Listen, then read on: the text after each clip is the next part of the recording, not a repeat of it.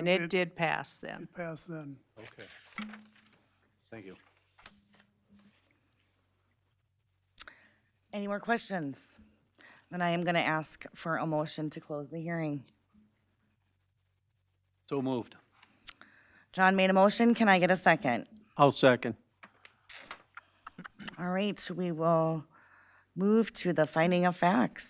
Number one, the proposed use is allowed in the zoning district in which the subject property is located. Yes or no? George? Yes, having a septic system in this zoning area is allowed. I'm going to add that it's an A40, and I'm also a yes. John? Yes. Rob? Yes. Barry? Yes. The variance will be in harmony with the general purpose and the intent of the official controls. Rob?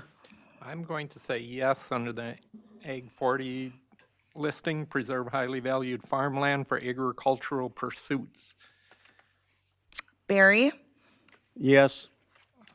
I'll go with agricultural use policy 4 as well. Okay. I also would like to say yes to that too and add that there was an existing one there, so we're kind of replacing what was there. John? Yes. George? Yes, Number 3, the variance will be consistent with the comprehensive plan, yes or no? George?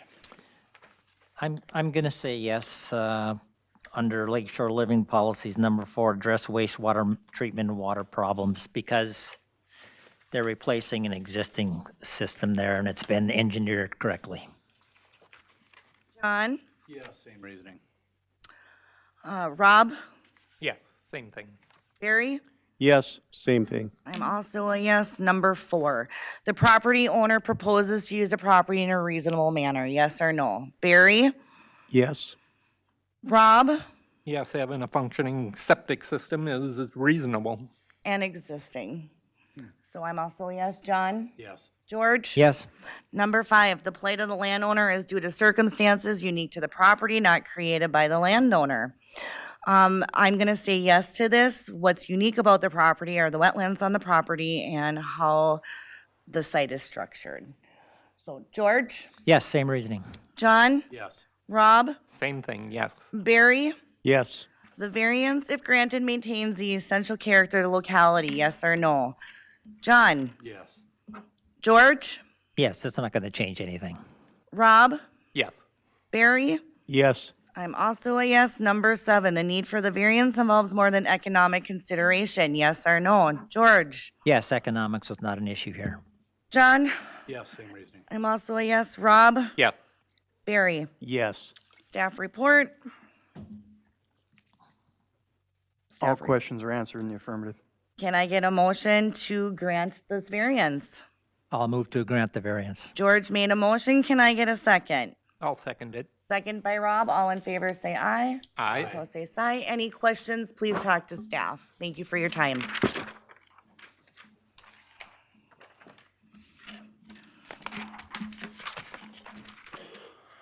All right, agenda item number 3, a request from Reed Oyster, did I say that right? Yes. Okay, from South Haven, Minnesota, from Stearns County Land Use and Zoning Ordinance 439 to expand an existing legal non-conforming structure by constructing an attached garage addition that does not meet the county road setback. Affected property is 13773 County Road number 7, South Haven, Minnesota, Section 4, Fairhaven Township. Which board members visited the site? John? No. Barry? No. Rob? Yes. George? No, I'm also a yes. Staff report. The applicant purchased lots 5 and 6, block 20 of the town site of Fairhaven, July of 1996. The lot area per the submitted certificate of survey is 21,000. Here's a correction, it's 86. Okay. 1986. The lot area per the submitted certificate of survey is half an acre. Town site of Fairhaven was platted in 1857 prior to any official controls. The property is in a rural town site zoning district. The original home and garage were constructed in 1959 per our county assessor records. Mr. Oster did a attached garage addition in 1998, 14 by 22. And then in 2014, a 12 by 16 storage shed was added and permitted by the township.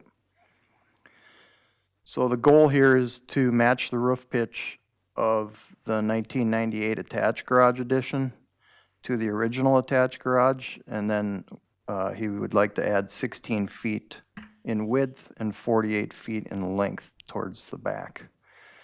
The addition would be 81.5 feet from the center line of County Road 7. The required is 100, so it's an 18.5% deviation. The existing impervious lot coverage is approximately 15%, and the proposed would be 21%. One alternative would be to attach the garage addition at the rear or back of the existing garage. Another alternative would be to construct a detached garage that would meet all the minimum setback requirements. So Fairhaven Township, Stearns County Highway Department, and property owners within 500 feet have been notified of the request. We did get correspondence from County Highway, interim engineer Michael Decker, and that should be in your packets. Yeah, wonderful. And that's it for correspondence, and that's it for my report. Thank you. Applicant, please state your name and address for the record. Reed J. Oster, 13773, County Road 7, South Haven, 55382. Thank you. Board, questions for staff or applicant? I have a question for staff. This is R1, right? RT. Excuse me. Yes. Thank you. I have a question for applicant. What do you need the addition for? More space in my garage.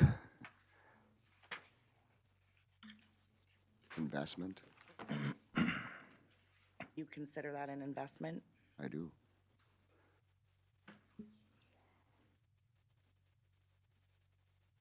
The lean-to garage looks like crap right now, so I want to make that look better.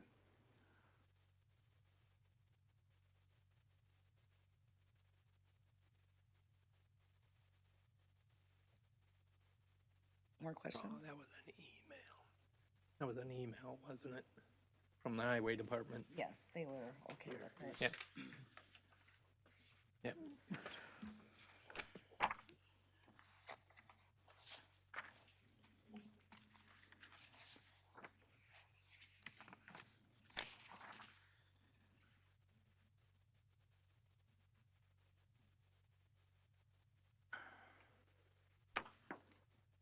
I have a question for staff, I guess. I'm somewhat familiar with, I did not visit the site, but I drive the road fairly frequently. I would assume the neighboring properties are in similar encroachment to County Road 7, pretty much in line, or? Madam Chair, Member Wicker, I think we have an aerial there, yeah, that captures a little bit of the neighborhood.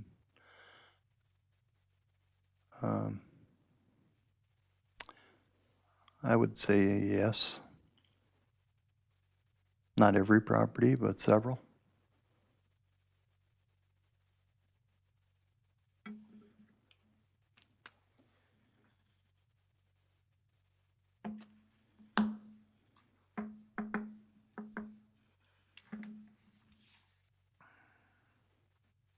Any more questions for staff or applicant, board? All right, is there any public testimony? Is there any public testimony? Any public testimony? Can I get a motion to close the hearing? I'll move to close the hearing. George made a motion to close. Can I get a second? I'll second that. Second by John. All in favor of closing, say aye. Aye. Say aye. All right, moving on to finding of facts. Number 1, the proposed use is allowed in the zoning district in which the subject property is located, yes or no? Rob? Yes, garages are allowed in R1. Barry? Yes. Same reason. I'm also a yes. John? Yes. George? Yes. Number 2, the variance will be in harmony with the general purpose and the intent of the official controls of any related ordinances, yes or no? George? I'm going to say yes.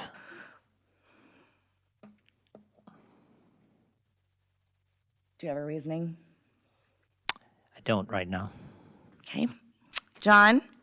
Yes. The deviant is minimal at 18%, and it's not encroaching any more than existing. Okay. Rob? I'm going to say yes under the Appendix A in rural town site. Purpose of the district is to allow for limited and compatible planned expansion of existing land uses in the unincorporated town sites in the county. Thank you, Rob. Barry? Yes, and, deferring to the letter from the highway department that didn't see any issues. All right, I'm also a yes. Number 3, the variance will be consistent with the comprehensive plan, yes or no?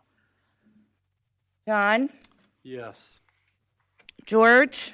Yes, under Living Goals, number 3, support housing options that give people in all life stages of all economic means, et cetera. Rob? Yes, same thing. Barry? Yes, same thing. I'm also a yes. Number 4, the property owner proposes to use the property in a reasonable manner, yes or no? Barry? Yes. Rob? Yes. Expanding the garage is reasonable, especially in Minnesota in the winter, indoor. Yes. I'm also a yes. John? Yes. George? Yes? Number 5, the plight of the landowner is due to circumstances unique to the property, not created by the landowner, yes or no? George? I'm going to say yes. It's a half-acre lot, and there isn't a whole lot of options that I see to make the house look decent. If you put a setback on there, it would kind of look kind of bad, so I'm a yes. John? Yes. Rob? Yes, the complicating factor is the county road, but the experts from the county highway department pretty much gave it the okay. Right. Barry? Yes. I'm also a yes. Number 6, the variance if granted maintains the essential character of locality, yes or no? George? Yes, there are other homes with garages in that area. John? Yes. I'm also a yes. Rob? Yes, Barry? Yes. Staff report results. we're not done yet. Oh, number 7, sorry. The need for the variance involves more than economic consideration, yes or no? Yes, economics were not discussed. George? Yes. John? Yes. Rob? Yes, Barry? Yes. Staff report results, please. All questions answered in the affirmative. Can I get a motion to grant this variance? I make a motion the variance is granted. Motion made by Mary. Can I get a second? I'll second it. Second by George. All in favor indicate by saying aye. aye. Aye. Any questions, please direct them towards staff. Thank you for your time. Thank you. All right, moving on, agenda item number 4.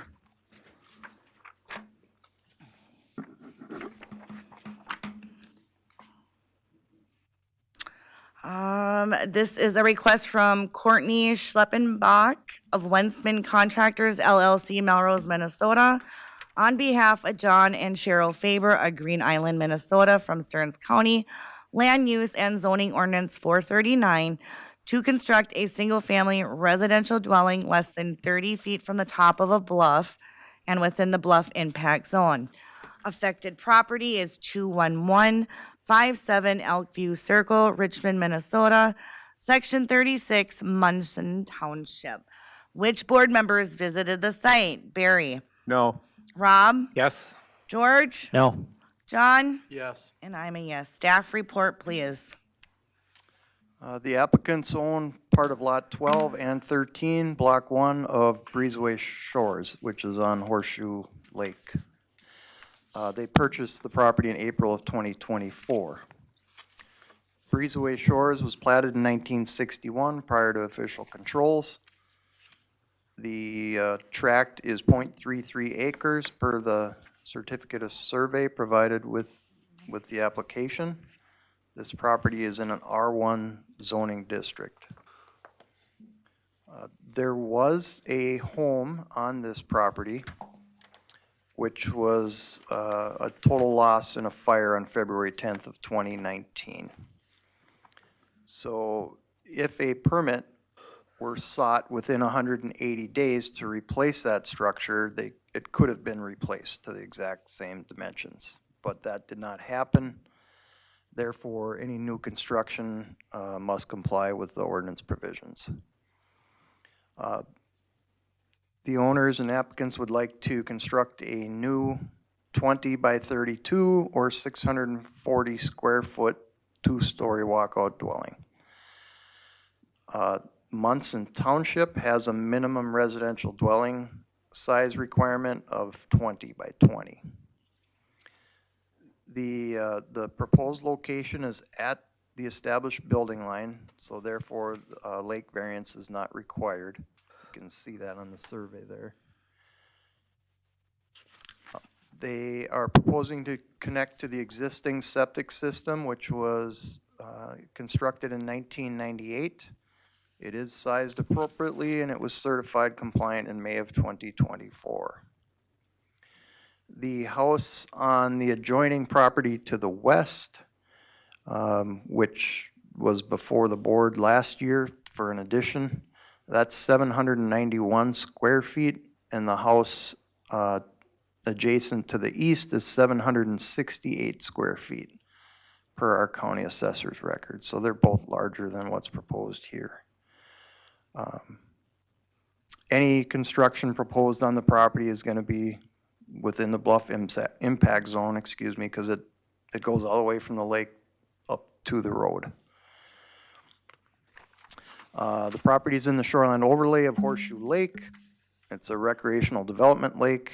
Horseshoe is on the list of impaired waters for mercury and fish and excessive nutrients or blue-green algae.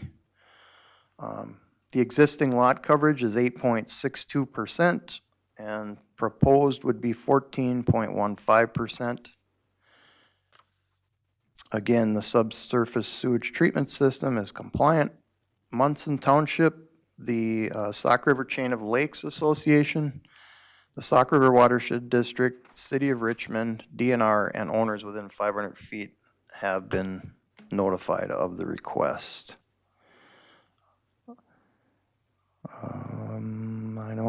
We did not recognize any alternatives. Grant or deny the variance based on the findings. I did not receive any correspondence with this request. Dave, just to clarify, you said the owners purchased this in 2024? Madam Chair, that's correct. Oh, okay. Yep. 24. Applicant, if you would please state your name and address for the record. Madam Chair, I am Greg with Wensman Contractors, 43093 Birch Lake Road, Melrose. I'm John Farber. I live at 36504 170th Street, Green Isle, Minnesota, 55338. All right, at this time, is there any questions for applicant or staff board? Just I have a I guess, question for the applicant. Did you know when you bought the lot that you couldn't build on it? No, I did not. They sold it to us as a buildable lot. Who did? The realtor.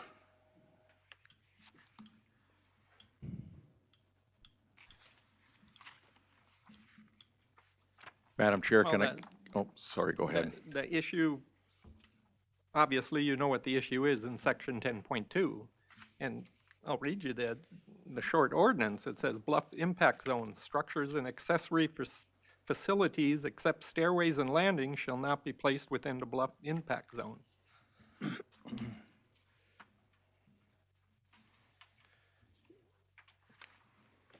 Madam Chair, Greg here. Can I give a comment? Yes. Just a little background on us. We're a general contractor, and majority of our work is on difficult sites, lake homes. We represent clients in many of the counties and surrounding townships. The Farbers contacted us regarding this project, and yes, John did share with me, they had the understanding that it was replaceable. After our first consultation with Environmental Services, we did realize that the sunset was going to be probably behind us on the automatic replacement. Part of our the responsibility for us when clients contract with us to design a project for them, of course, trying to get the basic needs that they're requesting, keep the project on budget, and then with our consultation with Environmental Service, what's the most logical plan on each parcel. Going into this, we knew that the whole site was a bluff, so a variance would be needed no matter where the building would be put. We feel the Farbers were actually really good to work with. They were very accommodating to listen to our suggestions, and we feel the location of the building is probably the best that we could have on site in considering environmental. We don't have to disturb the septic, that's good. Probably the most complicated part of this project would be the actual construction of the building because it is so far down the hill. A lot of our other clients would have requested that the building would be at the top of the hill for the walkout scenario, but which would create a lot more soil disturbance. A lot more complicated to manage that throughout the process. Like David said, we're meeting the sight line. I like the fact that the building does tie into the surrounding community. It's very similar in size, in height. It's actually a pretty conservative building. And just to stress, knowing when we went into this contract with Farbers that we knew the whole site was a bluff, so no matter where a building is put, you would have to have a variance. I do feel a little bit bad for Farbers that, they thought we could just apply for a permit, but unfortunately there's a sunset on that, which actually 180 days is pretty tough to turn a building plan around.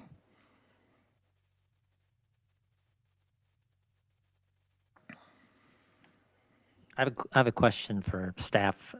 Maybe you went over this already, but just for my sake, do it again. So you said the structure that was on there burnt That's correct. before they purchased it? That's correct. Okay. And this proposal to build, is it on the same footprint as what burnt? Yes. Exactly. I would say it's very close. Okay, I'm sorry. Very close. Okay. There, you can, Madam Chair, Member Fiedler, you can see the void on the pictures of where the old home was. And this location that's proposed is really right where the old home was. Pretty darn close. And it's going to be the same size as the old one? That's what they're proposing? I do not have any data on the house that was there prior. I'm guessing it was constructed in the same timeline as the neighboring ones and probably of similar size would be my guess. Okay, thank you. Madam Chair, I have a question for staff. Follow up on that. The reason that 180-day window is there is because it's illegal non-conforming. So if they wanted to come and build that same thing today, they wouldn't be allowed without a variance. That's correct, yep. It had someone, the property owner at that time sought a permit to replace what was there. Within that 180-day time frame, they would have been allowed to do that. But the 6 months passed, and so, yeah, now here we are. The Farbers acquired the property in '24, and well, obviously that, as Greg stated, those dates were behind them. Question, Mr. Farber. Did you have a conversation with the person that sold you that property Not after with the fact? Not with the person that owned it, no. No, but the representing agent, the real Yes. estate. They told me it was a buildable lot. What, have you contacted them since then and said, hey, we have a problem? No, I have not. They could have a problem because they misrepresented the property. And if they were a smart agency, they'd be carrying errors and omissions in the contracts they put forth. I think it would be in your best interest, irregardless how this hearing turns out, I'd be having a few words with him, her, that sold you that property, because it was misrepresented, in my opinion. And I'm not an attorney. Any more questions for staff or applicant? Now, Madam Chair, I just want to point out that Nick Newman's report on the water, part of it, addition of impervious areas, structures, and other alterations of the slope will create impacts that cannot be mitigated without impacts to the body of water body as proposed. Impacts are not limited to disturbance on the slope during construction, but also will include additional runoff, concentrated flows of stormwater, and reduced vegetative cover. So again, I'm going to have to go with the experts on this. Does that beg the question, when we're dealing with slow properties, that you want to build, but now, once you start building, there'll be more costs that are unplanned as protective measures on the slope? I don't know. I'm just asking the question.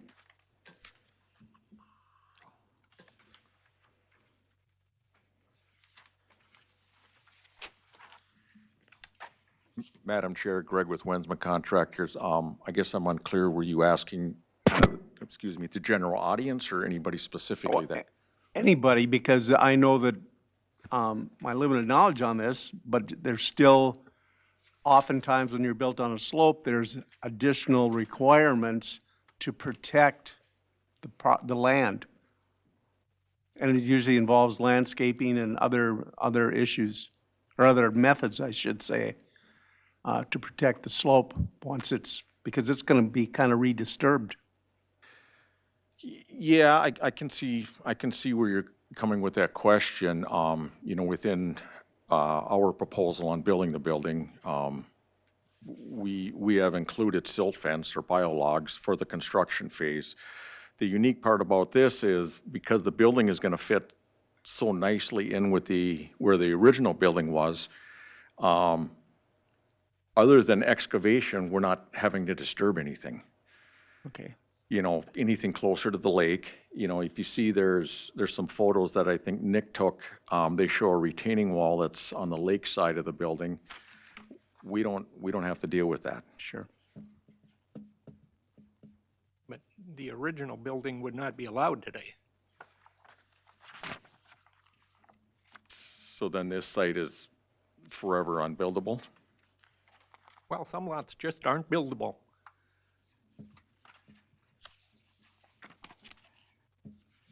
For the sake of the lake, for the water, they're just not buildable. And this is one of them.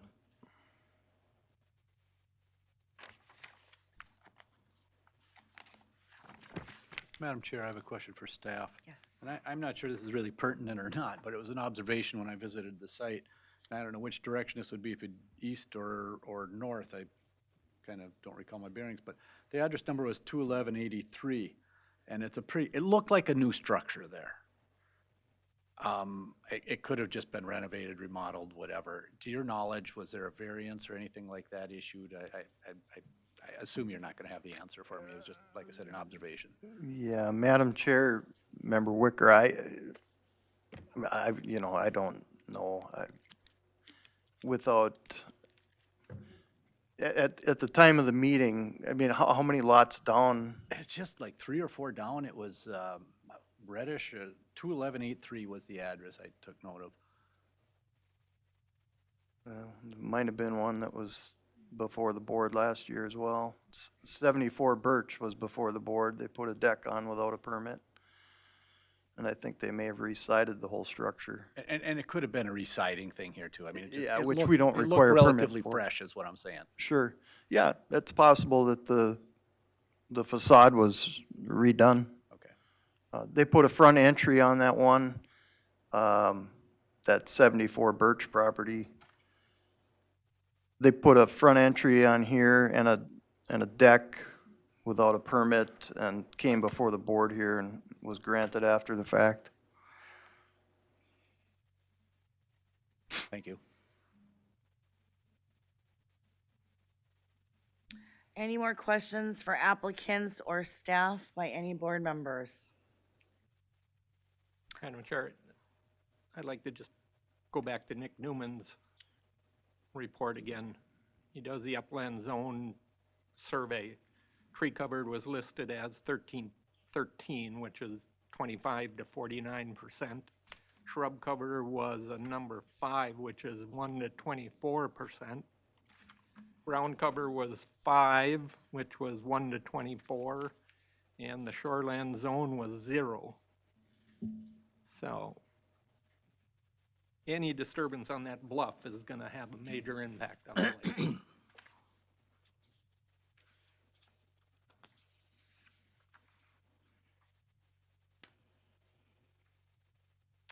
Any more questions for staff or applicant by board members? Is there any public testimony? Any public testimony? Any public testimony? Can I get a motion to close the hearing? I'll move to close the hearing. George made a motion. Can I get a second? I'll second it. Second by Rob. All in favor, say aye. Aye. Opposed, say. Public hearing is closed. We will proceed to the finding of facts. Number 1, the proposed use is allowed in the zoning districts in which the property subject is located. Yes or no? George? I'm going to say yes. Residential homes are allowed in this zoning district. I'd like to add to that and say yes and put on record it is R1. John? Yes, same reasoning. Rob? Yeah. Barry? Yes. Number 2, the variance will be in harmony with the general purpose and the intent of the official controls. Yes or no? Barry? Yes. Rob? Madam Chair, no, it's definite violation of the bluff impact zone ordinance. I would also like to say no on this. The bluff protection standards were implemented by the DNR in 1989. John? I'm a yes. George? No. Number 3, the variance will be consistent with the comprehensive plan. Yes or no? George? I'm going to say no. Under Lakeshore Living policies, limit the impacts of additional shoreline development. John? I'm a yes. Reasoning? I'm looking at the moment here.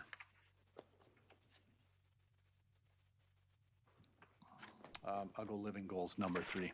Okay, I'm also a no. Rob? I'm going to say no under nature goals number 1, preserve, restore, and protect important natural systems and natural resources. Barry? The only reason I'm a yes on this is because has been a structure there, and it was bought in good faith.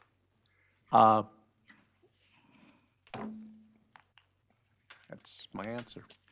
Okay, number 4, the property owner proposes to use the property in a reasonable manner. Yes or no? Rob? I'm going to say no. Tearing the bluff apart is not reasonable. John? I'm going to say yes. There was a structure there prior, and that was his intent that it was a buildable lot. Okay, George? I'm going to say no. Same reasoning as Rob. I'm also a no. I do agree with Rob and George. Barry? Yes. Okay, number 5, the plight of the landowner is due to circumstances unique to the property, not created by the landowner. Yes or no? George? I'm going to say yes. The property is unbuildable. John? Yes. Rob? I'm going to say no. If he didn't do his homework, that's not our job to correct that oversight. Barry? Yes. I'm also a no. Number 6, the variance, if granted, maintains the essential character of the locality. Yes or no? John? Yes, it's similar to structures or neighboring structures. George? Yes. Rob? Yes. Barry? Yes. I'm also a yes. Number 7, the need for the variance involves more than economic consideration. Yes or no? George? Yes, economics was not considered here. John? Yes. I'm also a yes. Rob? Yes. Barry? Yes. Excuse me. Staff report results. Madam Chair, 3 of the questions were answered in the negative. Okay, can I get a motion to deny this variance? I'll move to deny. George made a motion to deny. Can I get a second? Madam Chair, I'll second it. Second by Rob. All in favor indicate by saying aye. Aye. Opposed, say aye. I oppose. Opposed. Okay. Any questions you have, you'll direct towards staff, please. Thank you. Thanks for your time. All right, moving on to agenda number 5. This is a virtual.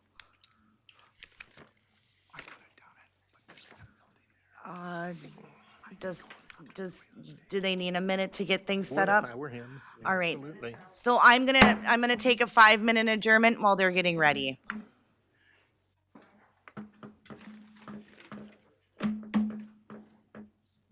Still comes down to personal responsibility. You're right. Well, absolutely.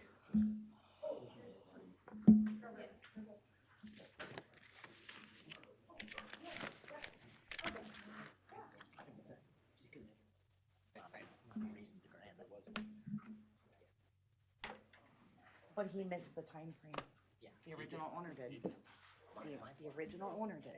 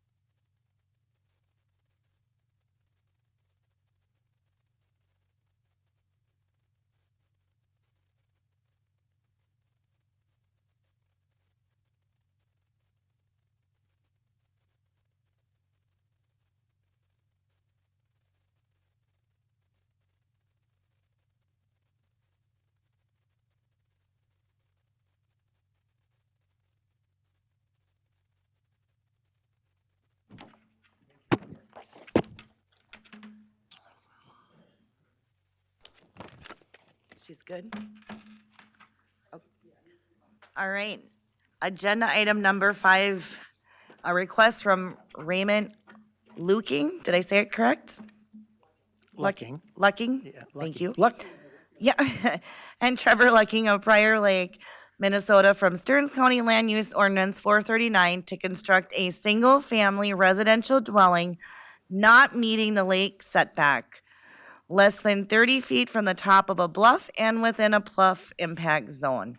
Affected property is 20539 Lejavine Drive, Richmond, Minnesota, 32 Wakefield Township. What is the street name? I know I said that wrong. Longevin.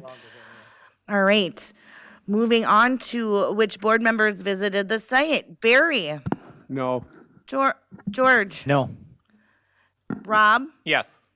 John, Yes. and I'm also a yes. Staff report, please. The applicants own part of lots 1 and 2, Block 1 of Jody Estates First Edition. They purchased in August of 2023. Jody Estates First Edition was platted in 1971 prior to any shoreland rules. The combined lots are 1.72 acres in area per the certificate of survey that they sent in with the application.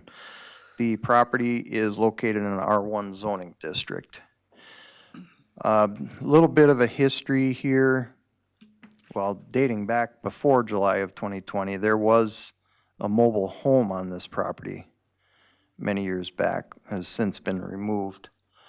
But in July of 2020, previous property owners were granted a variance to create basically an area to flatten for an RV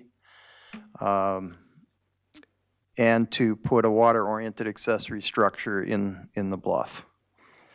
In September of 2022, those same owners had a holding tank installed on the property, which is still there today, of course. In November of 2023, the current owners, the Luckings, were granted a provisional use registration to have an RV on the property for up to 30 calendar days during the year. Tonight, the owners would like you to consider allowing them to construct a new 22 by 40 two-story walkout dwelling. Wakefield Township also, much like Munson, has a minimum footprint size for residential dwellings. It has to be at least 22 feet in width and 820 square feet in size. The property is not afforded a building line option, and so the construction must be set back a minimum 100 feet from the lake. The wall of this structure is 93.1 feet from the lake.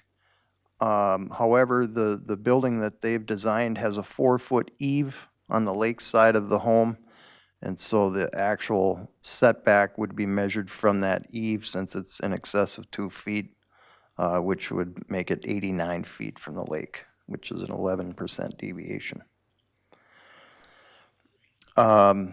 The proposed location is partially within that envelope that was granted in 2020 for the RV. Much like the last request, any construction on this property will fall within the bluff impact zone. It extends from the lake up to the road.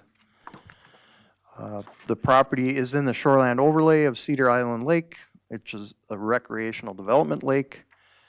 Cedar Island is on the list of impaired waters for mercury and fish. The existing lot coverage is 0.90%, and the proposed would be 2.45%.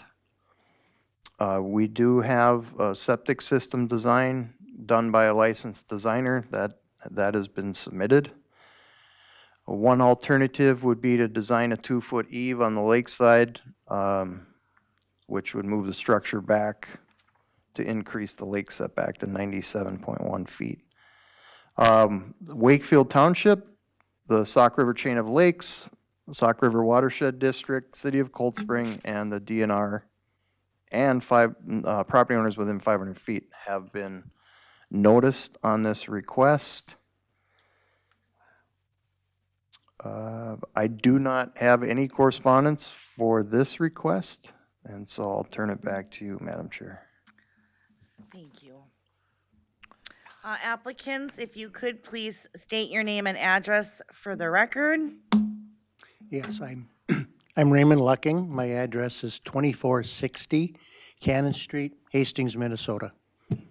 I am Chuck Schmitz, 23864 178th Avenue, Richmond, Minnesota.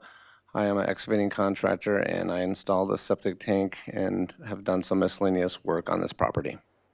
Okay. And we also have our son Adam, who's virtually, he would like to talk. Yep, if you can hear me. Yep, Adam Lucking, 110932 Von Hertzen Circle, Chaska, Minnesota. Thank you. Mhm. All right. And, oh, go ahead. Yep, go Sorry. ahead. If you Trevor got Lucking. questions Yeah. or comments, we're going to turn it Yeah, over. I just want to introduce Trevor Lucking, 5915 Mayfair Road Northeast, Prior Lake, Minnesota, 55372. Thanks. And Trevor, are you a son? Yes. Okay. I am, yes. Madam Chair, if I may? Hi. So actually, there's 3 property owners, our 2 sons and us. Okay. So that's, yeah. Thank you for clarifying. All right. Any questions, comments, applicant or board? Trevor or Adam, if you have anything you'd like to say, now would be the time. Yeah, we in way of a comment, we've identified with the help of a surveyor 3 buildable areas on the lot. The proposed structure attempts to utilize the most suitable of those that we could identify.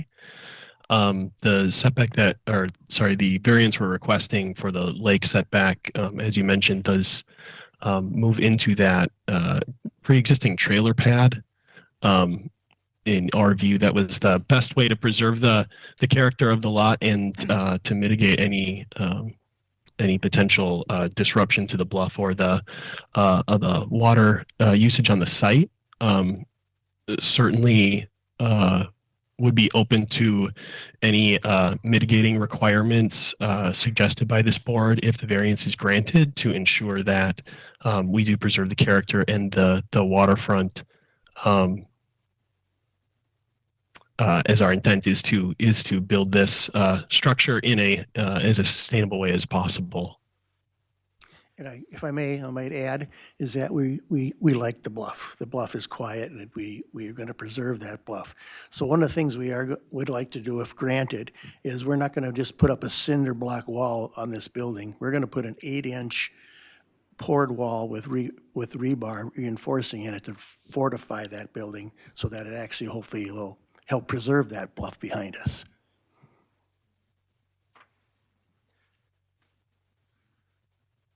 Well, in order to preserve the bluff in Stearns County, you can't build on it. Yeah, sure. Preserve is the wrong The word. ordinance says, and I read it, the last applicant, structures, accessory facilities, except stairways and landings, shall not be placed within a bluff impact zone. Plus you don't meet the 100-foot setback, so If I may. it's a tough one. Yeah, it is. And if I may, back in 1923, when we first bought it, we went to the county and we asked, we want to build. And so what we were asked to do is to generate a new survey, which we did in 23 by Scott Marlin. Scott Marlin, at that time, with the bluff requirements at that time, came up with 3 buildable areas for us. And Dave, I believe you've got that sheet there. So that's why we're asking to build in a certain area, because at that time, it wasn't there. And that's why we suggest we do that. But because it's flat in front of us for a long distance, and it was already granted a variance, that to us was the hopeful way of doing it respectfully. But who told you there was 3 buildable locations? The surveyor who did it according to the, may I say? Not the survey, he didn't okay it. The county didn't tell you there was 3 buildable locations. We submitted it to the They county. probably wouldn't have a discussion with you knowing that the entire lot is We a submitted bluff. we submitted it to the county, and those were the ones that came up. So that's why we're doing it. Now, in May, that requirement changed. And I realize that, it changed. But you can understand our thinking about it is that we believed it was, at that time, buildable. And that's why we chose to concentrate all our efforts on that. And you can see from the packet, we've done a lot of work, diligence, trying to make it acceptable and preserve everything we possibly can. And we want to do that. Absolutely want to do that. Madam Chair, if I may request the control room to display this on the overhead. Yeah, so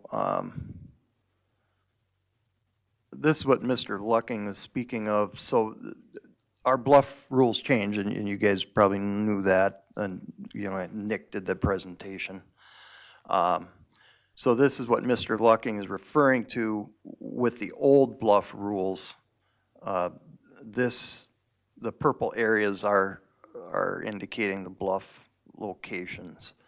And again, that's under the old rules, which just changes past May. So this is what he's speaking of when he's talking about the 3 buildable areas. Thank you. When was that survey done? That was done in 23, I believe.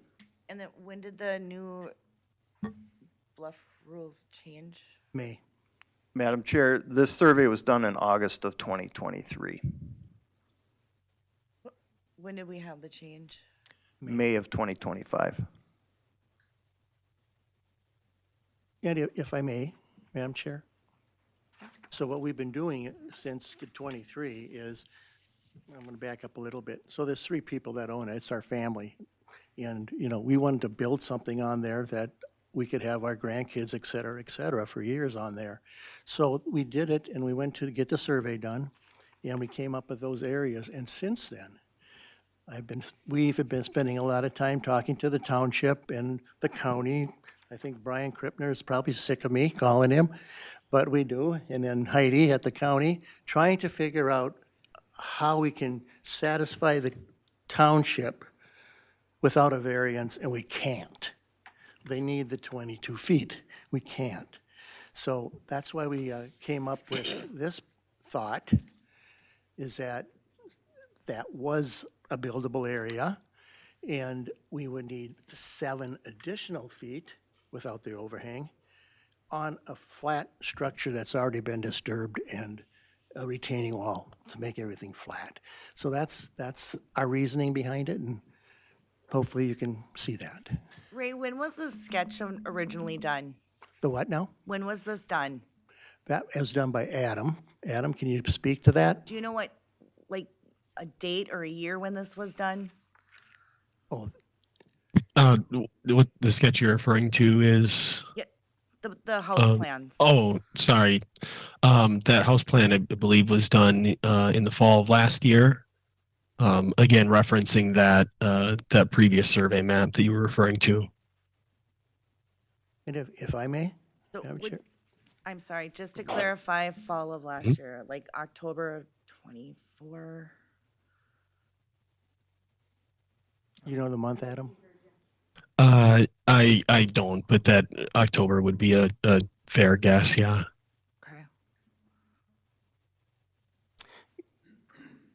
So these plans were in place before the rules changed in May of 25. So they would have been compliant at that time, correct? They haven't submitted anything. Right, but they were in the stage of planning. Yes. I mean, before the rules changed, they had, Yeah, going off the survey they submitted, these plans were done in fall of 24, going off of what they were at the time, Right? right? And then it changed in May of 25? Yep, and we address those changes with people when they submit permits, we address them. So if they would have submitted in the fall, they would have had that. They submitted in the spring, they'd have a different standard, so. if I may, Madam Chair? Yes. Thank you. So just for a little more background is, in 23 is when the survey happened. We have not been idle since then. We have been talking with Brian and the county regularly, and that's why they are sick of me, and with the county regularly. That's why Heidi thankfully is not sick of me, but anyway. So we went out and we got estimates with, Chuck, we did the builders, the plumbers, everything to get ready for this day. And that's, we haven't been sitting idle. We've been constantly in contact, trying to come to this point. And that's the truth, and that's why we're here. If I could add, there is like a flat area where they are building, and there is a septic design already done that fits the area as well. Not applied for the permit yet, but there's a septic design done by a licensed professional.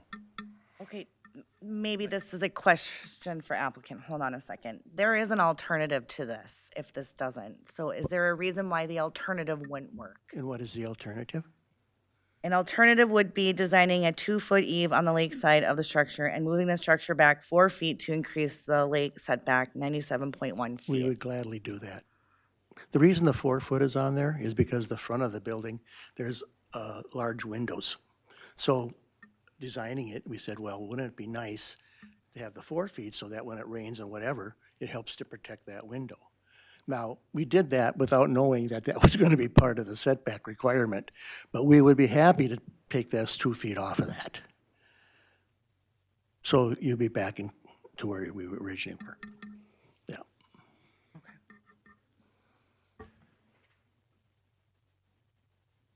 Sorry. Thinking. Any questions? I do. I have Okay. questions for staff. Sorry. Couple questions. Basically, what the applicant is asking for is a variance on top of a variance. Being that a variance was granted to put the RV there, correct? To level that part of the bluff to put a camper on there? So, Madam Chair, the request is twofold. It's the lake setback and also the structure in the bluff impact zone. In your history, it says previous owners were granted a variance to create a recreational camping vehicle envelope. So, Which could be reused, but for an RV, but it not. was a variance to begin with, and now they want to put a variance on top of that variance. They want to use that footprint for another variance. Well, I guess, yeah, it would be a second variance. I mean, if that's the way you deem it. So may I mention? Sure. Yeah. So he's right in that we asked for the variance and we were granted the variance for an RV. But again, the history behind everything, it's flat. It's flat. So that makes sense to us that if we get a variance for that 7 feet of flat, don't disturb that area, put the slab on top of that area, then we'd be sound. Now, we have talked to the township on this, and again, they needed 22 feet. They went and had a meeting and they okayed it. I know that doesn't mean nothing. It doesn't. It doesn't. They agreed 5-0, but I just want, I know it doesn't mean anything, but. He has recommended developing a plan to address stormwater runoff on the site. Has Yes. that ever been, Our intent, if I may. do you guys have any? We can. Our intent is to protect that bluff as much as we can. We're going to put a gutter system on it to bring the water away from that bluff. It's flat area. We already are talking about doing such a thing. So we don't want any more runoff going on the back side of that bluff. I gotta say, that's probably the steepest bluff I've dealt with in 4 years. Yep. And we won't have any, we'll have a gutter system on that. There's just no safe way to build there. Madam Chair, I have a question for our applicant and staff. Yes, John.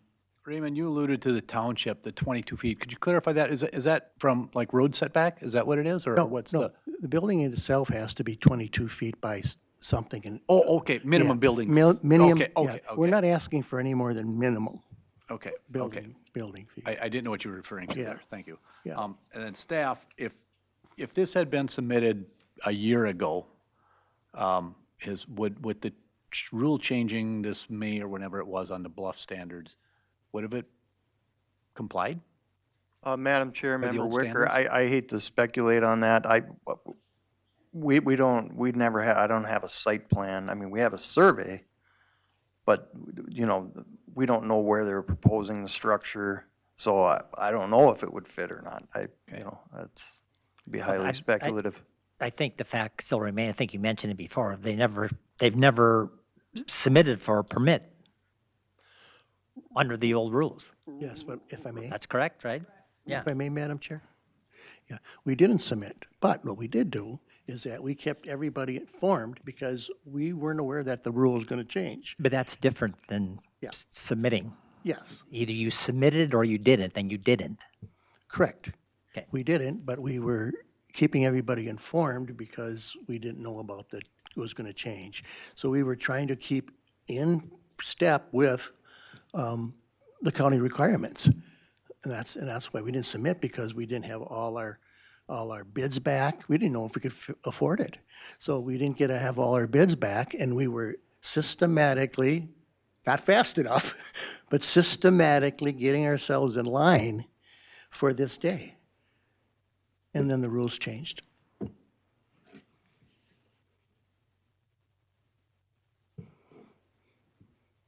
Madam Chair, if I could ask Yep. staff one more question. And I remember dealing with bluffs prior to the rule change. I don't know how the rules changed, but it was basically the same issue. If it met the steepness of the bluff, you couldn't build there. Right. Did the ordinance change that much? Yes. That Madam Chair. before you Member could and now Schwagel. you can't? What changed was how they calculated the bluff. Okay, so a bluff is still a bluff. It's Right. Right. Yep. For the rule change, they were. So how they interpret and calculate the bluff and where the top of the bluff is, that's what changed. Not the rules of the setback from the top of the bluff, none of that changed. So, But how it's calculated did. so Madam Chair, that was if I may? that was No, sorry. one of the reasons we had the training just recently. Okay, go ahead.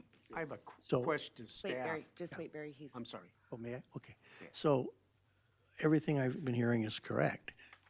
What the survey said to us is that the slope at the time was not bluff, it was buildable. That's what those areas that represent. So before May, that was buildable according to the slopes. That's why they've been plotted out.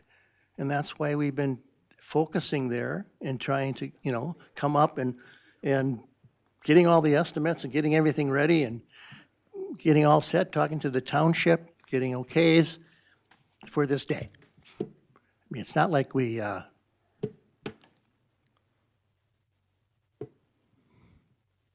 Okay, Barry, you had a question?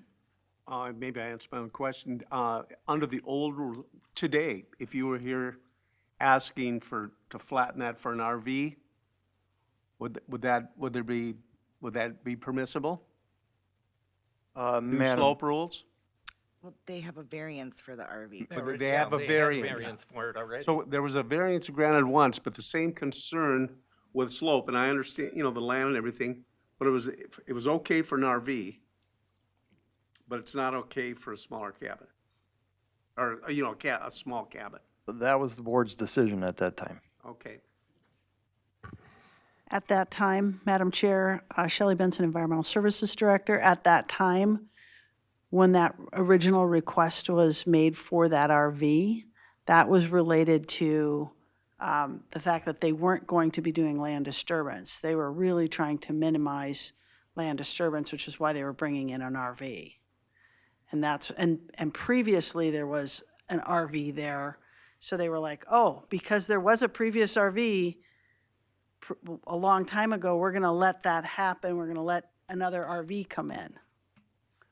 So that was a lot of the thinking with that previous action, is because of the previous RV that was there.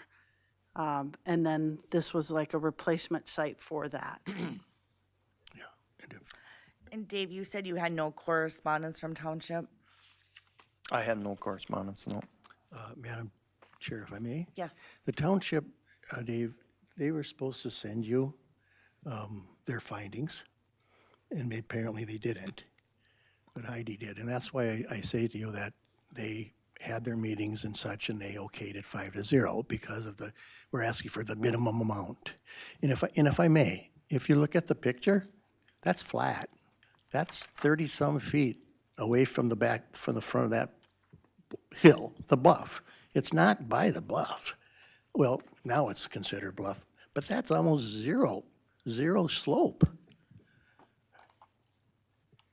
There would be like minimal dirt work as well done at this site.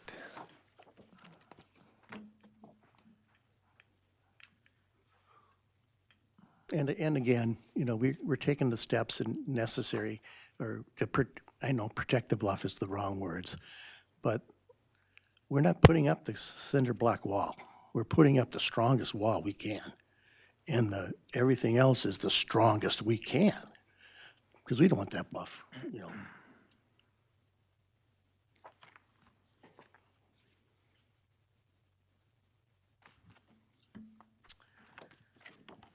Do we have any more questions for staff or applicant? Not me. John? George? No. Okay. Is there any public testimony?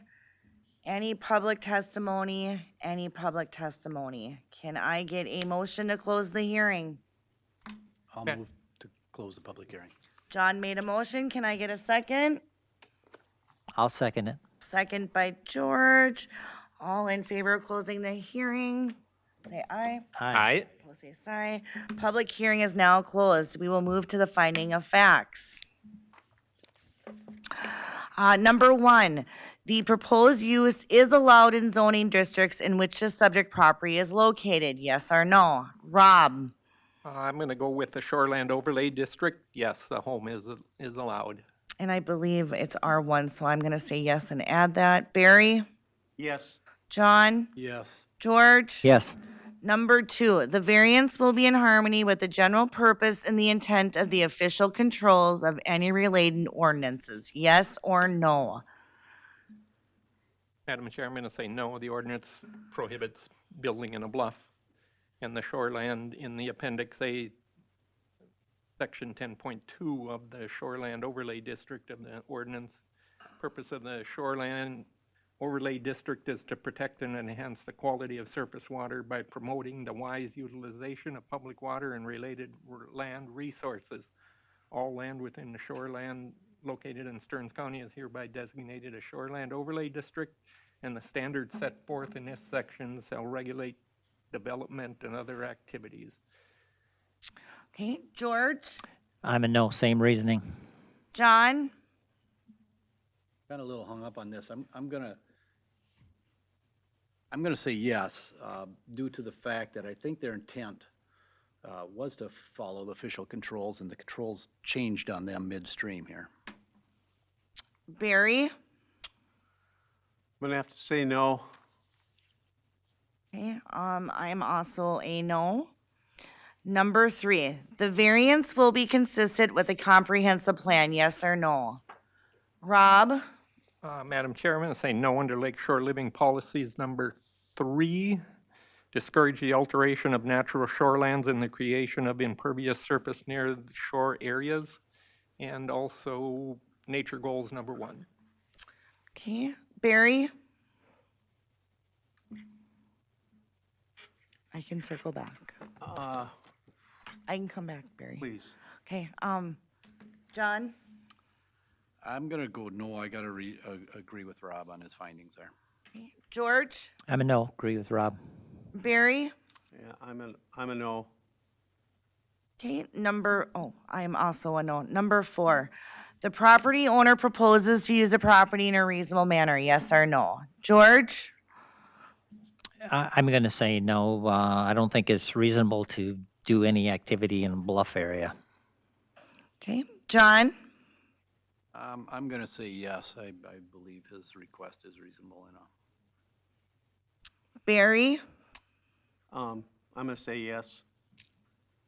Rob? I'm going to say no, what George said. Okay, I do agree with Rob and George. I'm also a no. Number 6, the variance if granted maintains the essential character of the locality. Yes or no? George? I'm going to say yes, there are other structures in the area. John? Madam Chair, I think you're on number 5. Yep. Plight of this landowner's circumstances unique to the property not created by the landowner. Sorry. Let's try that again. George? You were a no? Well, on that number 5, it's unique to the property. Yeah, I'd say yes, the circumstances are unique to the property because it's a bluff area. Okay, John? Yes. Rob? I'm gonna say no. They bought it knowing it was a bluff. Barry? Yes. I'm also a no. Number 6, the variance if granted maintains the essential character of the locality. Yes or no? George?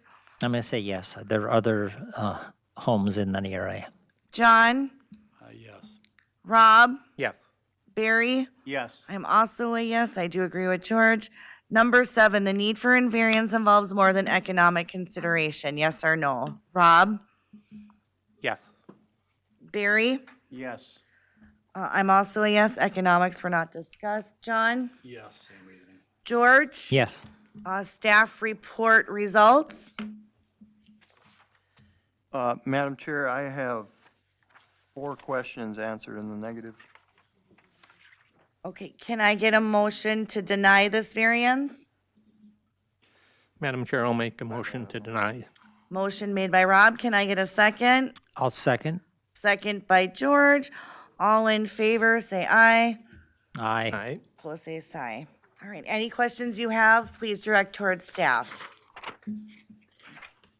Thanks for your time. I'm sorry, could you tell me who made that motion? I did. Okay, And then Rob. it was second by George. Okay, Moving on, agenda item number 6, a request from Michael O'Connor, Cold Spring, Minnesota, on behalf of Alexander Point LLC from Stearns County Land Use Zoning Ordinance 439 to construct a single-family residential dwelling not meeting the lake setback. Affected property is 27044 Alexander Lane, Cold Spring, Minnesota, Section 29, Collegeville Township. Which board members visited the site? Barry? No. Rob? I got as close as I could. I guess I did too. John? Yes. George? No. All right, report from staff. Subject property contains 2.93 acres of lot area. That's per their submitted certificate of survey. The Alexander Point plat was approved in March of 2011. This property is in the R1 zoning district. Currently, there's an existing 924 square foot legal non-conforming cabin that was constructed prior to official controls, around 1900 per our county assessor's records. And that structure is located within the shore impact zone. There's also an 8x12 water-oriented accessory structure, which has a valid permit from 2013. Applicant is proposing to construct a new 4,876 square foot dwelling. That's total space, not footprint, 50.1 feet from Big Fish Lake. The required setback is 100, which reflects a 49.9% deviation from the minimum required setback. The Alexander Point subdivision agreement requires that each lot implement infiltration practices for stormwater management. This is something that would need to be considered if there were a variance granted and a permit obtained. The plat was brought forth by the applicants and approved by the county board with the intention that all the lots and structures within that new plat could and would meet the provisions of the ordinance, including all the setbacks. So all the homes built within this plat have met the requirements. No variances have been granted to date. And that's part of the addendum that you received today. Sorry for the late addition, but we felt it was pertinent to the request. So in the red box, you can see there's a 20,000 square foot area that would, is suitable to meet all the required setbacks. The property is in the Shoreland Overlay District of Big Fish Lake. Big Fish is on the list of impaired waters for mercury and fish. A septic system design has been submitted by a licensed septic designer. Again, this proposed location is a 49.9% deviation. The proposed lot coverage is 9.5%. The clear alternative would be to move the structure to a location meeting the minimum required lake setback. There was some public testimony submitted with the application from neighboring property owners. And then we did get the letter from the Big Fish Lake Association, which was forwarded to the members. I'm not going to read that, but it's in your, you have receipt of that. That's it for correspondence. And with that, I'll let the board discuss. Applicant, if you could, please state your name and address for the record. Oh, we push the red button. Or green Right there. button. That was challenging. I'm Mike O'Connor, and I live at 6451 Archer Lane North, Maple Grove, Minnesota. Okay. All right, let's turn it over to board if we have questions or anything for staff or applicant. Gupta. Site, oh, we said that already, the site stuff. I have a statement, or it's not really a question for the applicant, but maybe it is, that in your application, you make it sound like we're dealing with a 50-foot setback, when in fact, we're dealing with a 100-foot setback. And we miswrote that then? Is that correct, Rob? Well, you tried to use the existing footprint, but once you go a foot beyond that, you're back to the regular setbacks. You're not at the 50-foot legal non-conforming anymore. Correct, staff? Madam Chair, Member Schwagel, so the existing structure prior to official controls could be replaced as is. Right. Where is. Anything larger requires a variance request. That's why they're here. Yep.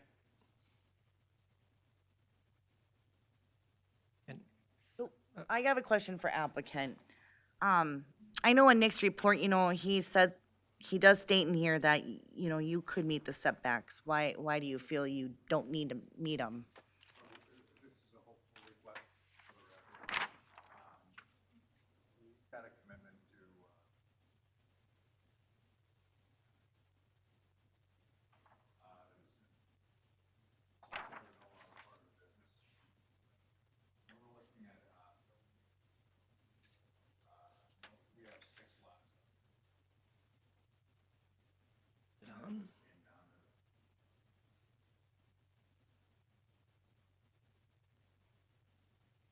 Hey, thanks.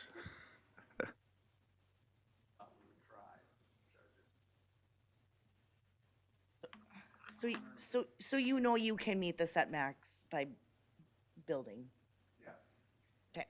Absolutely. Rob? So then why are we here? If you can meet the 100-foot setbacks, then your builder showed us where, and you don't need a variance for that. This is a request, because right now we're going to maintain the cottage at the location, and we were hoping to consolidate into one location instead of two.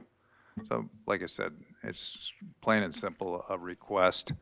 We would probably either push back to the one that was suggested to build, or build up over on Lot 7, and with that, what we're trying to make the case here is that with tree removal, bringing infill, water runoff, things along that line, that the lot we're on with the cottage that we have set up right now, it's wide open. There aren't many trees. I don't want to say completely wide open. Some tree removal would take place. There wouldn't be much infill, and it would be, in our opinion, honor what Big Fish Lake is trying to do. But yes, you make a valid point.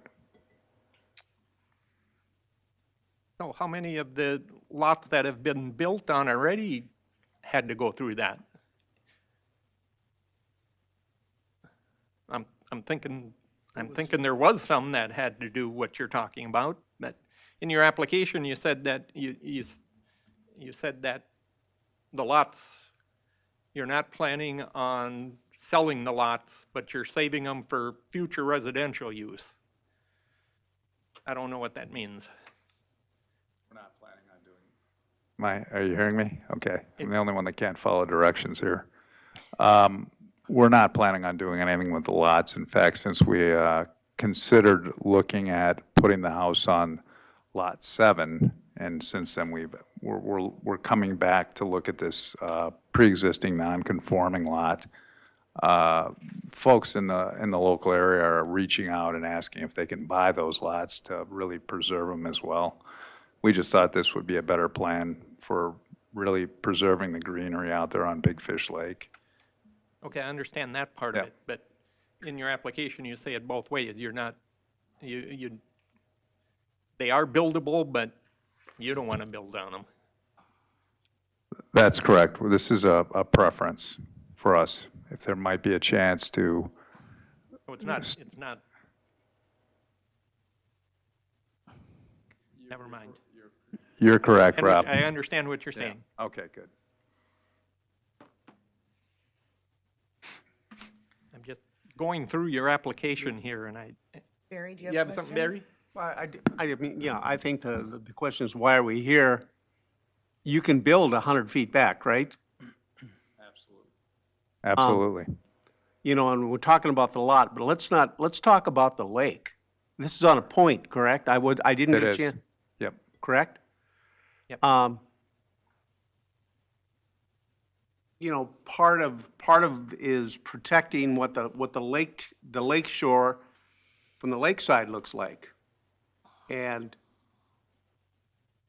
compared to a cabin, this looks like a McMansion. And I don't know if that's in tune with the 10,000 lakes that, as Minnesotans, we can enjoy. I think it would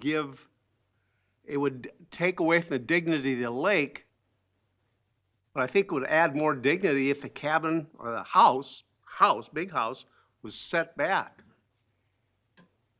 It's kind of like out there, look at me. I don't know, I just. Well, I could tell you that's not the goal. It's not we're not looking to do it as look at me. It's for business and family entertainment, so. Okay, yeah, business or family. There's people put a lot of thought looking at property, looking at our lakes, that put together these guidelines for boards like us to follow. And we deal with some tough issues. I think if you've been sitting here tonight, we have. And this isn't a tough issue. This is an easy one. Build your project and follow the prescribed ordinances, in my opinion. And I don't know if you read the email from the Big Fish Lake Association, but that's basically what they said.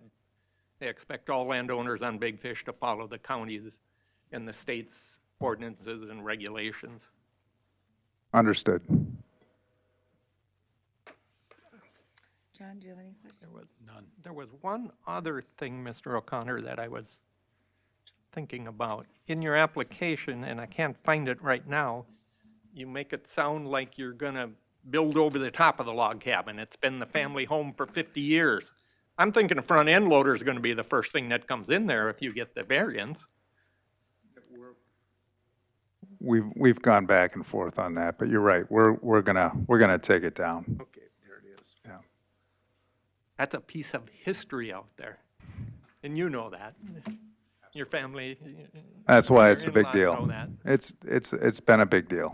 Quite a bit of discussion. You There, don't really I'm sorry. Are you You don't done? really see the log cabin from the lake or across the lake. It's only 50 feet, but it blends in with all the Well, trees that's- there, and it's low slung. But I think this building project, you would be able to see all the way from County Road 50, all the way across the lake. I'm done. Okay, there was public testimony, so I'm gonna have you come forward up by the applicant here. Yep. And I'm gonna have you state your name and address for the record in the microphone. Staff can provide you with that.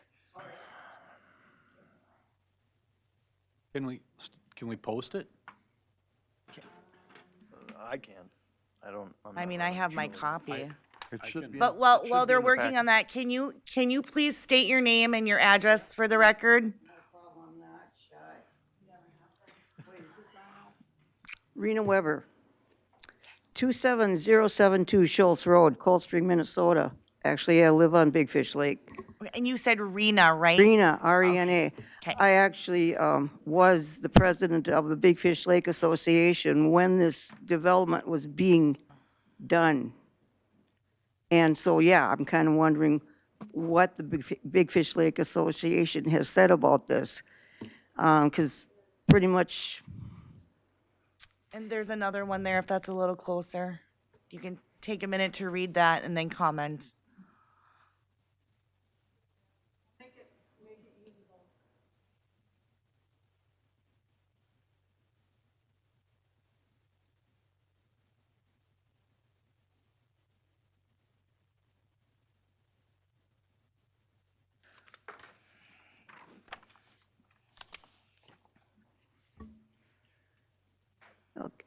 okay.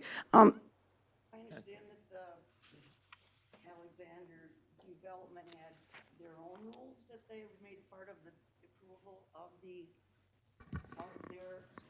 as part of the, like the Development Association. There were their own rules and they. Is it on? Rena, can you? You should just be able to hold it, press it once and it should be stay on. Not on, okay. Yeah, I see the green light. There you go.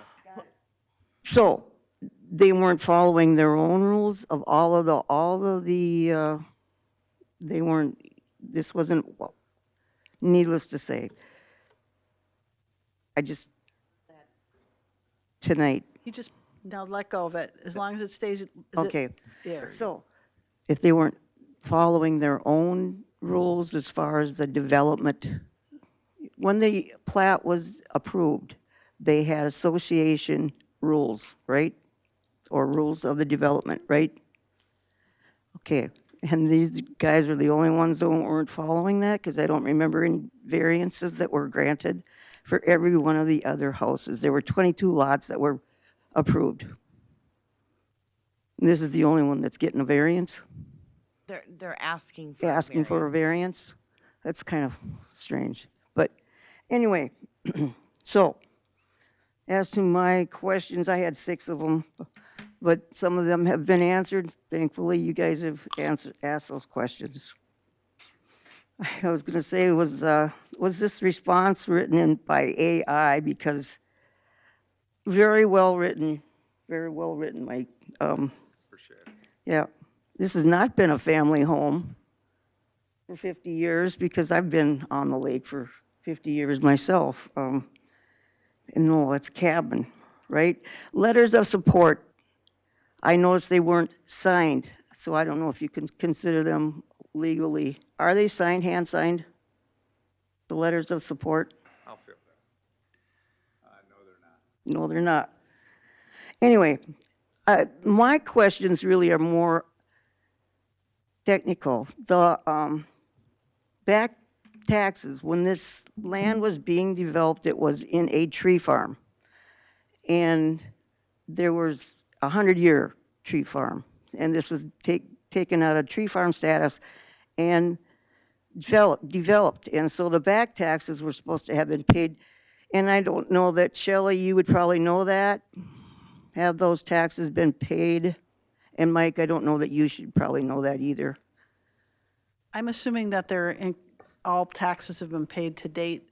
Typically, by this time of year, they are paid But- through the end of the year. No, but I mean, on that whole 22-acre plot, the back taxes for like, how many years? Those had to been bid to Yeah, get they have to be paid. in compliance. Yes. All right. And then the question of what is proposed for the remaining lots, and Mike, I think you answered that. Am I right? Because you said you're not planning to do anything with those lots around there, that you're not going to develop, or you're not selling them? Part of the plan currently. Okay. I was kind of surprised with the keep building on the lot right next to it instead of where the cabin is.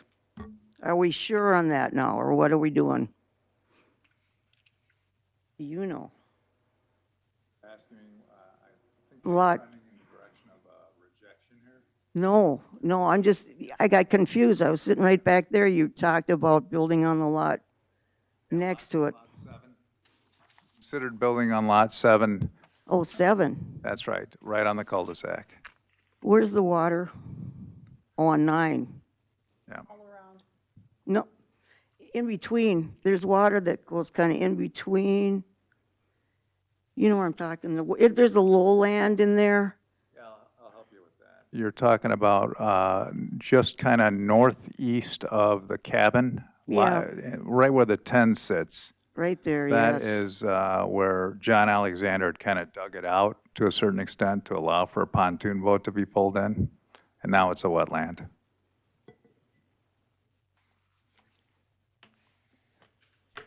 So 7 is where you wanted to build, as opposed to, okay. All right, just information. How many trees? Oh, okay, so there was a difference. You said if you built on 7, you'd be taking out a lot of trees, because I noticed that one of the other lots that was built on, a lot of trees were removed without regard for the what they were supposed to be removing, and I know that the Environmental Services Department is having to watch to make sure that those trees that were replanted are still growing, and that's a pain. Okay, I think those are the answers, the questions that I had.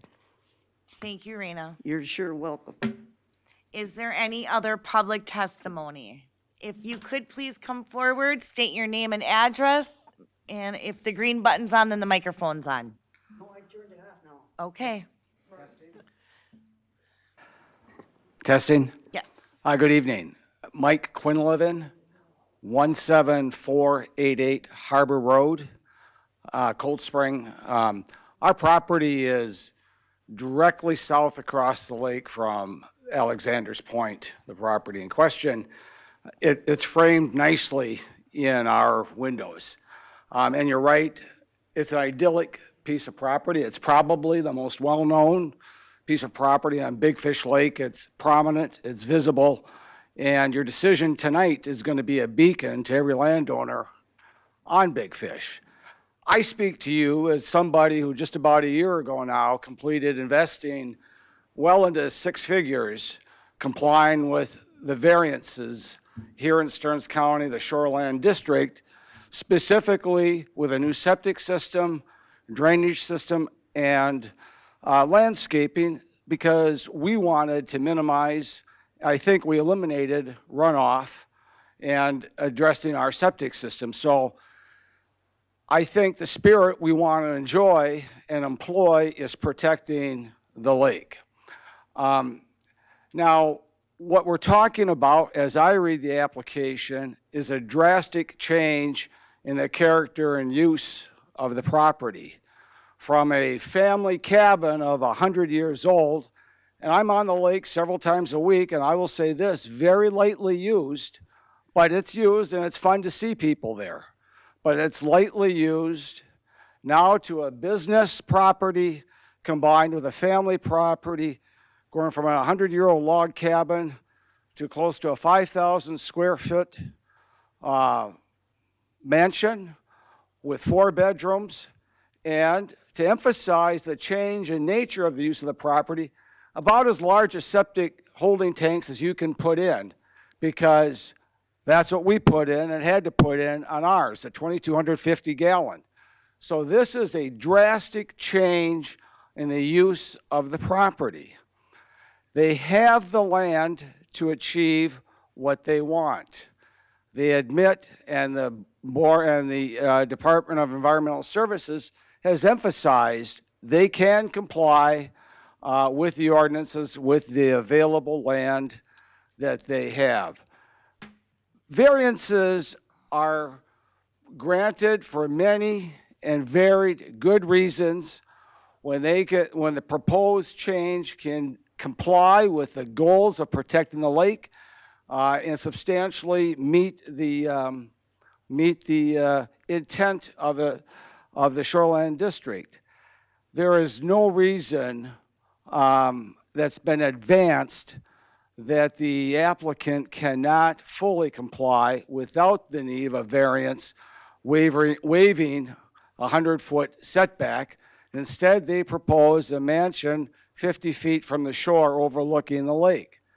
That is something that I'm certainly going to notice. That is something everybody else on Big Fish is going to notice. And granting this variance is going to set a precedence that emasculates the Shoreland District ordinance and is going to make life very, very difficult for Stearns Environmental Services. So I think that it's been pointed out that the Shoreland District ordinance has been thought through. It's well crafted. It allows for variances in appropriate conditions, but there's nothing about this when there's available land that can be used without going into impeding his other lots to achieve this. I urge you that this proposed variance as constructed be denied. Thank you. Thank you, Mike. Is there any other public testimony? I'll have you come forward and state your name and address for the record. Is there going to be anyone else that likes to speak on behalf of that? I'll have you come to the front. Okay. Good evening. My name's Alan Schmitz, and I'm at 27846 Sundance Lane, Cold Spring, and I'm a resident of Big Fish Lake, on the lake since 1984. I'm also a current member of the Collegeville Planning Board and served on the board when the Alexander Plat was developed. I want to be clear, I'm not representing the township. We did not discuss it at our last meeting because we were not aware of this hearing that was going to be held. During the platting process of Alexander Point Plat, they presented maps showing buildable area as part of the process. That was part of the process, that they had to provide buildable areas, and they did that, and that's that red area there. So I was a little bit surprised to hear that the proposal was not following that. At township meetings, there was significant public concern about the plat. There was even a petition submitted for EAW, Environmental Assessment Worksheet, which the county board denied. In the County Board Resolution 09-35, one of the key findings for requiring the environmental assessment, for not requiring the environmental assessment worksheet, was the project was within the shoreland ordinance, and that there was plenty of regulation that would be followed that would allow impact to the lake. As both the township planning board member and a lakeshore property owner, I was kind of like in a rough spot on this because we were getting a lot of resistance from people on the lake. Like I said, they even filed the EAW request, and I assured them of all the regulations that the county had that had limited tree cutting, and that the 100-foot setback would be followed, and that they were kind of overreacting. There's a lot of protections in place that it's not going to be like places like being proposed like right up against the lake and ice ridges being removed and that sort of thing. The plat actually, I feel, turned out really well with ice ridges being restored. All the wetland replacement was done on site. So I was just really surprised, caught off guard with this 50% or 50-foot variance request. So I urge you to vote in a way that keeps the spirit of the ordinance for the shoreland zone and deny the variance. Thank you. Thank you, Alan. Yep.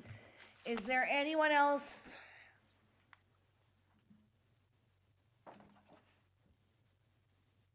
Anyone else? Nobody else? All right. Is there any final discussion, gentlemen? I have one point, Madam Chair, for John and Barry. In July of last year, we dealt with a variance request south across the lake from Alexander Point. It was a legal non-conforming cabin, and the owner added 2 feet onto it. It was 20 feet deep. He added 2 feet onto it for closet space in the bedroom. And it was the board's decision to make him take those 40 square feet off. Now we're talking 4,000 square feet over.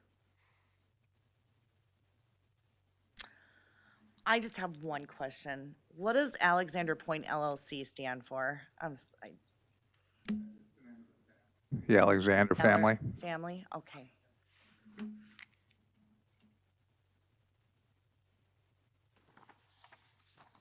All right, any other questions or final discussion? If not, I will Close public hearing. close the public hearing. Can I get a motion? I'll move to close the public hearing. George made a motion. Can I get a second? I'll second. Second by Barry. All in favor, say aye. Aye. Aye. Opposed, say aye. Public hearing is now closed. We will move to the finding of facts. All right. Number 1, the proposed use is allowed in zoning districts and what the subject property is located. Yes or no? George? Yes, it's allowed. I'm going to say yes to that and add that it is allowed in R1 zone. John? Yes. Rob? Yes. Barry? Yes. Okay, number 2, the variance will be in harmony with the general purpose and intent of the official controls of any related ordinances. Yes or no? Barry? No. Rob? In the Appendix A, Shoreland Overlay District 10.2, purpose of the Shoreland Overlay District is to protect and enhance the quality of surface water by promoting the wise utilization of public waters and related land resources. I'm also a no. I do agree with Rob with that 10.2. John? No. George? No. Number 3, the variance will be inconsistent with the comprehensive plan. Yes or no? I'm going to say no under Lakeshore Living, number 1. And that is to limit the impact of additional shoreline development by clustering houses away from shorelands using a conservative design approach. Rob?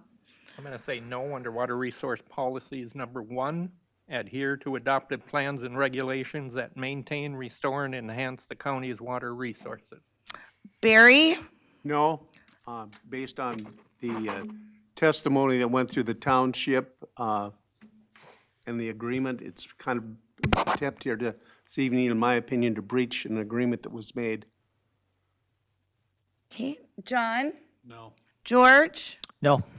Number 4, the property owner proposes to use the property in a reasonable manner. Yes or no? Rob? I'm going to say no. That's going to, like Mr. Quinlivan said, it's going to change the entire look of the lake. You'll be able to see it from all the way across from the county road. Barry? I concur with Rob as well. John? I'm going to give it a yes on this one. George? I'm a yes. It's zone residential, correct?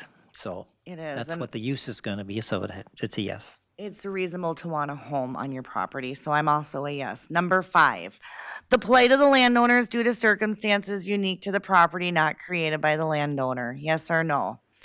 George? No, they can build in an alternate location and meet the setbacks. John? I'm a no. Rob? No, what George said. Barry? No. I'm also a no. I would like to put on record the letter of support from Big Fish. It does state, Big Fish Lake Association supports all BFL property owners' enjoyment of the lake. All property owners complying with Stearns County, Collegeville Township, and Stearns County Environmental Services regulations is a basic expectation to assure the continued stewardship of the lake. Number 6, the variance if granted maintains the essential character of the locality, yes or no? John? No. George? No, the structure is way out of scale. Barry? No. Rob? No. I'm also a no. Number 7, the need for invariance involves more than economic consideration, yes or no? I'm going to say yes, economics were not discussed. George? Yes. John? Yes. Rob? Yes. Barry? Yes. Staff report results. Madam Chair, 4 of the questions were answered in the negative. Can I get a motion to deny this variance? I'll move to deny. George made a motion. Can I get a second? I'll second that. Second by John. All in favor to deny, say aye. Aye. Aye. Any questions you have, please direct towards staff. Thank you again for your time. Thank you. All right, we will be moving on to agenda item number 7. Are there any amendments or corrections to the minutes from the previous meeting? Okay, can I get a motion to approve the minutes? I'll move to approve the Board of Adjustment 9 October 2025. Can I get a second? I'll second that. Second by John. All in favor, say aye. Aye. Can I get before we adjourn, next meeting is December 11th. Do we have agenda items? Madam Chair, I believe there's 4. Okay. All Currently, right. 4. Can I get a motion to adjourn this meeting? Wait a minute, I want to make sure the staff is bringing Christmas cookies for that meeting. I'll move to adjourn. George made a motion to adjourn. Can I get a second? I'll second the motion. Second by Rob. All in favor, say aye. Aye. We'll say aye. Good job tonight, guys.